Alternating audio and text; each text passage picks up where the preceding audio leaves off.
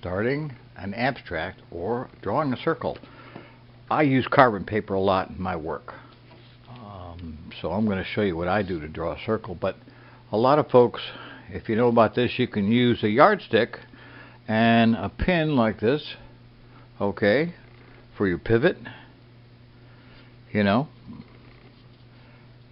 Get it to go in there. Come on. Okay, so that's your pivot. Measure out, you know, half the diameter of your circle, drill a hole big enough to stick a pencil or a pen through, put it on the paper, okay, drive that thing in and draw you a circle. Now when you use something like this, you have to make sure that your table is clean enough to be able to accommodate the swing of the yardstick. For myself, I like to use, because I use so much carbon paper in my work. Okay, you can see carbon paper. Ed Hoy sells these in 22 by 34 inch sheets, but you have to buy 25 sheets at a time. And for me, that is indispensable.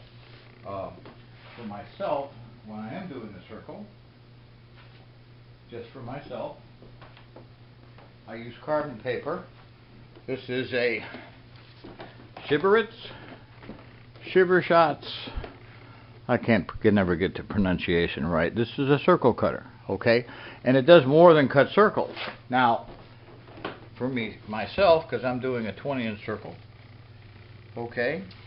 I'm going to be doing a 20-inch circle on here. I've got carbon paper underneath another piece of paper. Now, you can just hold it down. This won't cut through the paper unless you really press hard, okay? But for drawing a circle, for myself, it's indispensable. You do have to hold that thing down. Don't expect it to stay there, because the suction cup only works with glass. It doesn't work with paper.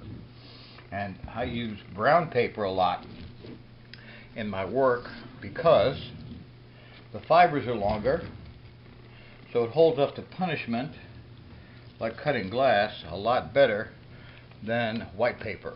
So let's see how that worked.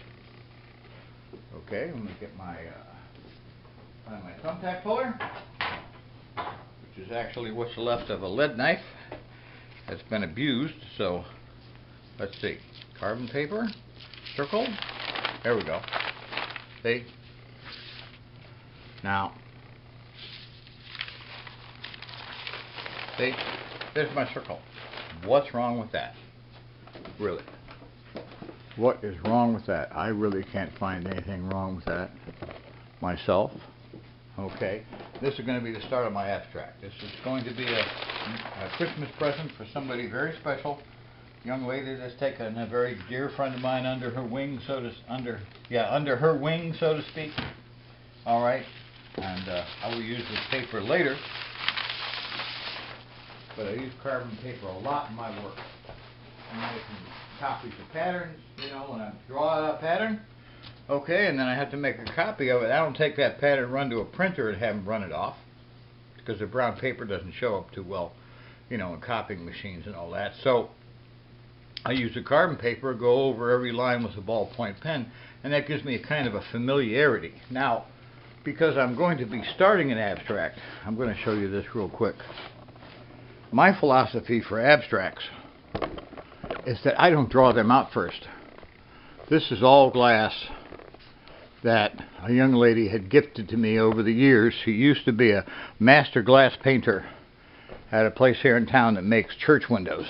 And this is all glass that for whatever reason didn't make it into church windows. God only knows why. I've got some really dark stuff. I've got some nice, I don't know what you would call that. But this is going to go into the abstract. So when I get it laid, the basic framework laid out, I'll shoot another little video about making how I go to make a pattern. Because, you know, a lot of times for myself, once you draw out an abstract design on paper, then you're making a window based on a cartoon. And for the abstracts, my philosophy is they kind of build themselves. I will use glass to fill in some of the dead spaces, some of the empty spaces, but the idea is to make a kind of a framework, and then fill that in with something very interesting, unusual, strange, etc., etc., etc. So, thank you. God bless. Bye-bye.